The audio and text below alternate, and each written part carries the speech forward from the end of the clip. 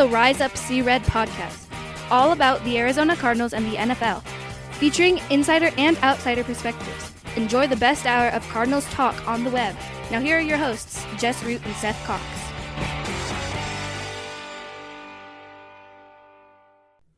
Hello, Cardinals fans, and welcome to the latest edition of the Rise Up See Red podcast. I'm your host, Jess Root from CardsWire.com, the USA Today NFL wire site covering the Arizona Cardinals, of course. And it is a solo show this week as the Arizona Cardinals play their second preseason game Saturday night, 5 p.m. at State Farm Stadium in Glendale, Arizona. They will be hosting the defending champion Kansas City Chiefs, and it is just an exhibition course, but it will provide a pretty good test of what the Cardinals have to do. This is episode 452. In this episode, I will talk about kind of the players I'm watching for, and a little bit more. We'll keep this one pretty short. So the Cardinals have their matchup coming up, and we don't know exactly how much the starters will be, but we kind of get a feel of who we will not see. Okay? Last week, there were 5 key players who did not play. I would say these are the 5 players we will not see in the preseason.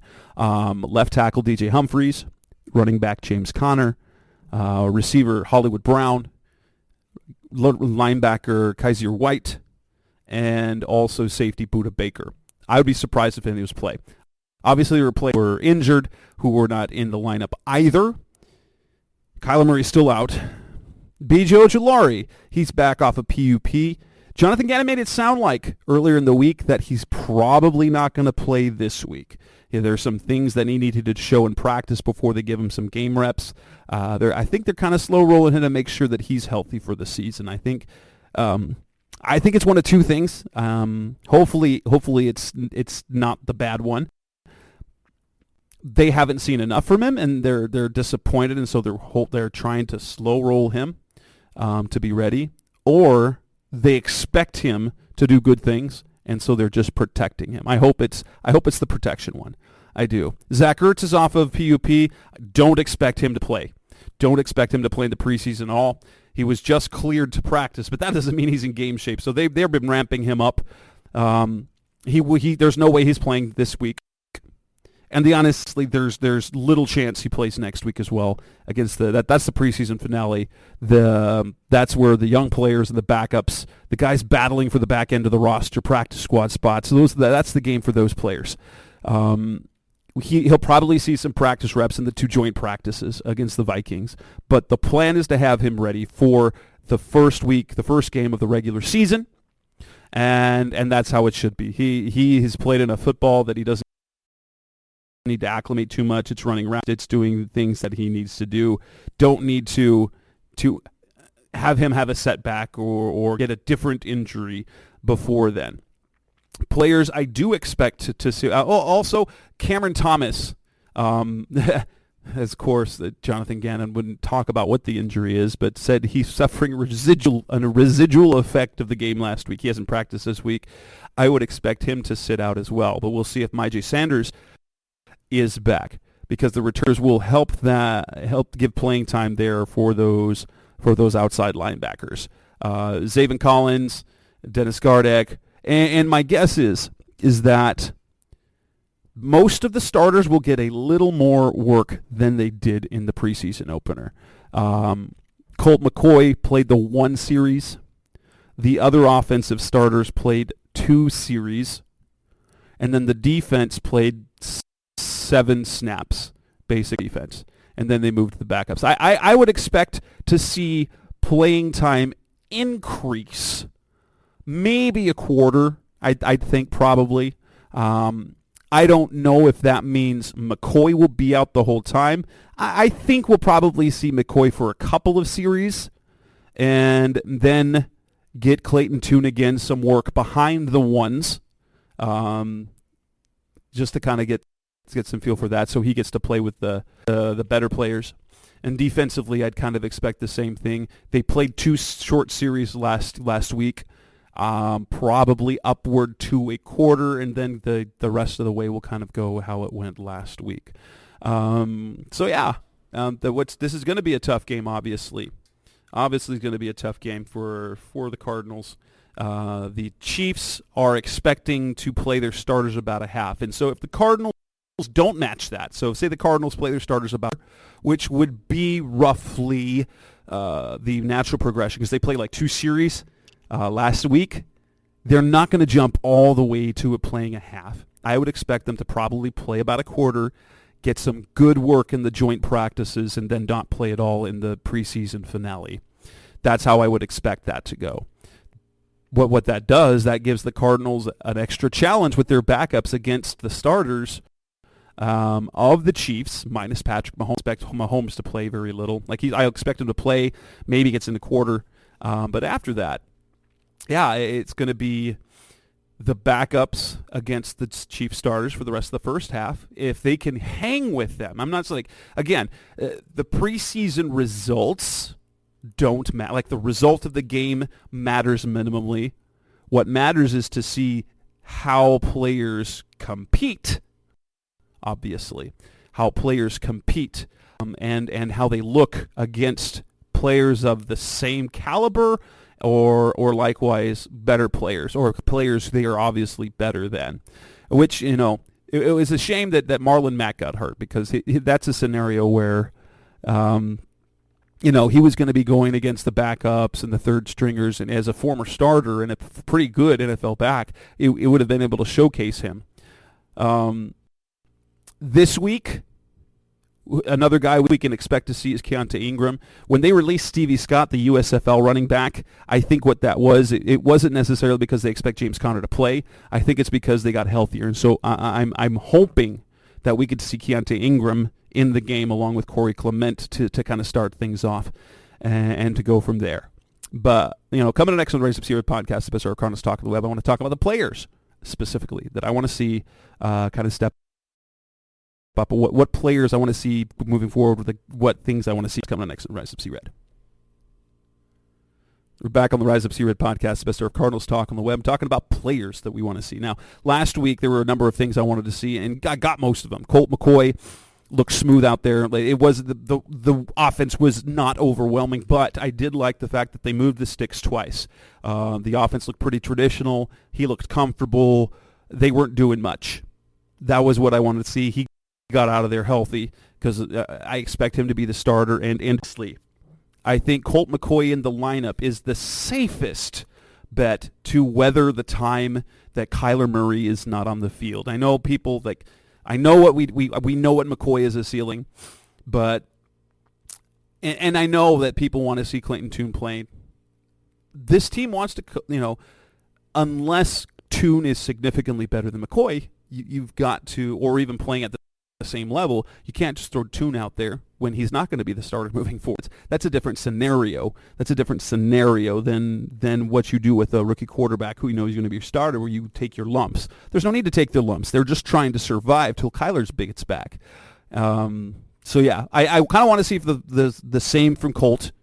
I want to see the offense. I would love, if I had to pick something, I would love to see the starting offense score points, and I'd love to see the starting defense stop the Chiefs once or twice while Mahomes is in the game. If I had to pick a goal for the starters, one is don't be down 2 scores when the Chiefs starters come out or when Mahomes comes out. Show a level of competence and competition. I'm not saying they need to look good. I just want them to not look terrible. I'm going to continue to watch on the offensive line Yelda Froholt, because eyes open, he looked good. I want to see if that could continue, and maybe keep an eye on left guard Elijah Wilkinson to hope that he does not have a follow-up performance. He was less than great last week against the Broncos. Trey McBride hopefully gets in the lineup, and if Trey McBride is in the lineup, he's a player I want to see show out a little bit, because from what we saw last week, it would appear that even in the passing game, the running backs and the tight ends will have an opportunity to produce. And if McBride is out there, he should show some promise. Because the tight end group that they threw out there last week, it was Jeff Swayman and a bunch of guys who haven't really played in the NFL, period. That's kind of how it's been. We know what Corey Clement is. I want, if Keontae Ingram's playing, I want to see him. I want to see what he does. And on the offensive line, moving back farther into the depth chart, watch Josh Jones. I didn't think Josh Jones had a particularly great game. He had the one penalty a couple times. As Kelvin Beachum played left tackle with the starters, I was unsure if it was kind of showcasing him or if it's actually kind of getting him ready to give him the reps at left tackle, since he's only had that a little bit. Or if I wonder if they're, in the sake of competition, that they're going to start Josh Jones at left tackle instead of Beachum and kind of play the opposite role. I'm interested in seeing how that happens. Defensively, well, it's still on the offensive side of the ball. Let's see what we can get out of, if Michael Wilson can do more than two, short catches. Now, he did nicely running the route past the sticks, getting the ball caught and picking up a third down catch to move the chains. It'd be nice to see him make a play or two as well. On the defensive side of the ball, Isaiah Simmons, I'm paying attention to Isaiah Simmons, especially early in the game. How does he get used against that defense? Now, last year Simmons got he was abused by Travis Kelce in the season opener against the Chiefs in the regular season, and it kind of spiraled from there. He wasn't prepared. He's not playing in the slot this year, and I wonder, with Jalen Thompson playing in the slot, if he will be the one that is asked to do more against Kelce, how he does, or if they use Simmons on the back end to sort of protect against that, using as a safety, kind of the safety valve there at the back of the defense. I want some pass rush production. Zaven Collins showed some pop in his playing time last week. I want to see more of that. I don't need to see anything from Dennis Gardeck, because I don't ultimately think he's going to be being part of the playing rotation. But I do want to see Myjai Sanders play, and I want him to do something. I am going to keep an eye on the special team reps for Vic Dimukeje, because a guy that probably looks like he's not quite going to make the numbers on the roster, he played heavily on special teams. And that suggests he might already have a place on the roster, depending on what Coach Rogers says. And the effort there. The cornerback position is one to watch as well. Keitrell Clark and Christian Matthew, both things. Can one of them move ahead of the other? And how much will Antonio Hamilton play? That Seth and I talked about on the show the other day about how his playing time was kind of odd, because he's listed at first on the depth chart, but he played deep into the game, which usually means you're on the bubble showcasing. It's his salary is fully guaranteed, which is an interesting addition to the puzzle. Kind of want to see that. There. Who's going to be the fourth safety? Okay, we know who the three are. Budda Baker, Jalen Thompson, Isaiah Simmons. Last week was Juju Hughes that came in, and then Andre Chachere. Chachere also got playing time. They signed Sean Chandler, suggesting that somebody got hurt. I don't know if it's one of their guys like Juju Hughes, or if it was Chachere who special teams. Hughes didn't play much on special teams, which suggests I don't know if that means that he's less likely to make the roster, because you're going to want your fourth safety or your fourth and fifth cornerback to be pretty good contributors to special teams. I'm going to watch the punting battle again. I know, that's boring. But also watch the holding, because on Prater's missed field goal, Cooney was the holder. I didn't catch on was busy doing stuff for reporting, and so I didn't see who held for Prater's make. But I know Hawk had a punt at the beginning of the game that he wished he'd had it back. It ended up getting into the end zone. It would have been better to have that go another way. But yeah, that's kind of how that went. So yeah, that's kind of that. There's always players to watch on both sides of the ball, and the preseason is less about the overall football product and more about the individual evaluations, I guess. But like Jonathan Gannon, like Nick Rawlis, and like Drew Petzing, you want to see these players compete. We talked about how important the win was last week. Not for the wins and losses, but to be able to kind of build things early. It kind of builds a little momentum. I don't know if they're going to win, but I will say this. As a guy that also writes about sports betting, there's only one way to bet the preseason, in my opinion. Only one. You bet the underdog on the money line. Go for the odds, because let's be honest. You don't want to bet a heavy favor on the money line to begin with, because the Chiefs, they're like minus 300 or something like that. And this game, I haven't checked the most recent odds. That's not worth playing. And because the second half of preseason games, it's all backups and guys that are for the roster. These are players who will not be difference makers in the NFL regular season. When you look at trends and play, it's like the teams look vastly different than what they will be in the regular season, and you try to make educated predictions and projections. So I ignore the spread completely. I personally would probably avoid the total, but if I'm betting the preseason, I'm just picking a few games or all the games and just hitting the money line underdog, which would be, in this case, the Cardinals. I think they were at plus 260. I think it's plus 240, but they are once again the heaviest, the largest underdog of the week in the preseason, which is interesting considering that they won last week. It's kind of the perception moving forward, but yeah, there's not much else to say. So, what are the keys for? Let's talk about that next. Coming up, that's on the Rise of Seabird podcast, the Cardinals talk on the web. What are the keys to this game? We'll talk keys in the regular season. It's kind of feels still in the preseason, but that's coming next on Rise of Seabird. We're back on the Rise of Seabird podcast, the Cardinals talk on the web. Keys to the game. Preseason, number one, no major injuries. And no nagging injuries to the starters. That goes without saying. That's the preseason. You want that happening. Certainly not. But number two, they played a pretty game last week. Pretty clean game last week, that is. Continue with that. We know that the Cardinals overall are probably short on talent compared to the rest of the league overall. Like if you're looking from across the different parts or facets of the game, offense, defense, special teams. Their offensive talent, Kyler Murray gets back in the lineup, is fine. It's fine. It's average to slightly above average overall. The defense is questions, but clean. Avoid penalties. They did that last week, one pre-snap penalty on offense. We want to see that not happen again.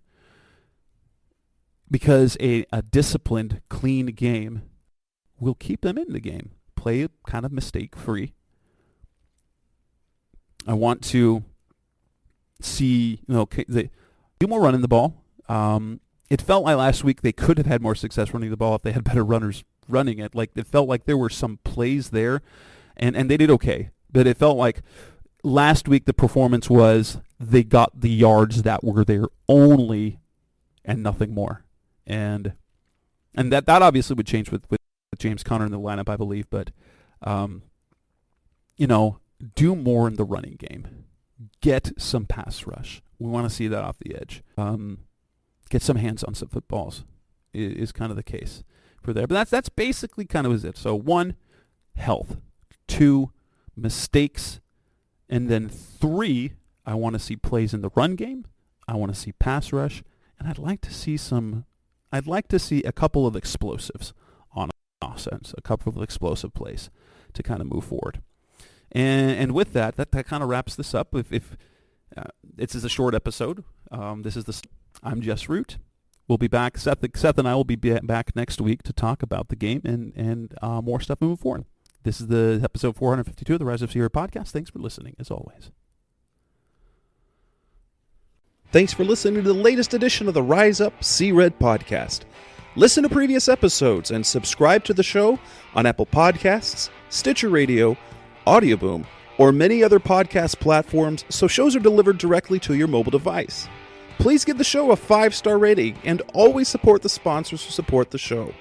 We'll be back soon for the best hour of Cardinals talk on the web. Rise up, Red Sea, be Red, Sea Red, and of course, rise up, Sea Red.